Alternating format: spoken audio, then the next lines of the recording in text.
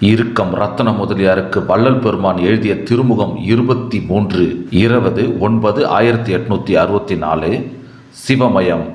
அன்பு, அறிவு, ஒழுக்கம் முதலிய நற்குணங்கள் வாய்ந்து நம்மிடத்து உள்ளன்பு வைத்த சிரஞ்சீவி ரத்தன முதலியாருக்கு சிவகடாட்சத்தினால் தீர்க்காயிலும் திட தேகமும் சகல சம்பத்தும் மென்மேலும் உண்டாவனவாக. தங்கள் சுப சரித்திரங்களை அடிக்கடி கேட்க விரும்புகிறேன். தங்களுக்கு இருமலால் தேகம் அபக்குவமாக இருக்கிறதாக தபாலில் எனக்கு தெரிவித்தார்.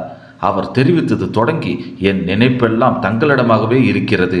நித்திரை பிடிக்கிறதும் இல்லை. நான் தொடங்கிய காரியங்கள் ஒன்றும் நடக்கிறதும் இல்லை. மனம் அலைபாய்ந்து கொண்டே இருக்கிறது. உடனே புறப்படுவேன். இவ்விடத்தில் ஒரு பெரிய தடை நேரிட்டிருக்கின்றது. அது இன்னும் 15 தினத்தில் விடும். அதற்கு மேல் பிரயாணப்படுகிறேன். எவ்விதத்தினும் ஐப்பசி மாதம் 12ஆம் நாளில் பிரயாணப்பட்டு வருகிறேன். தாங்கள் நமது சாமி அவர்களை கொண்டு உபசாந்தி செய்து கொண்டு அதிக உழப்படுத்திக் கொள்ளாமல் சாக்கிரதையாக வர வேண்டும். கடினமான ஔஷதங்களை கொள்ள வேண்டாம்.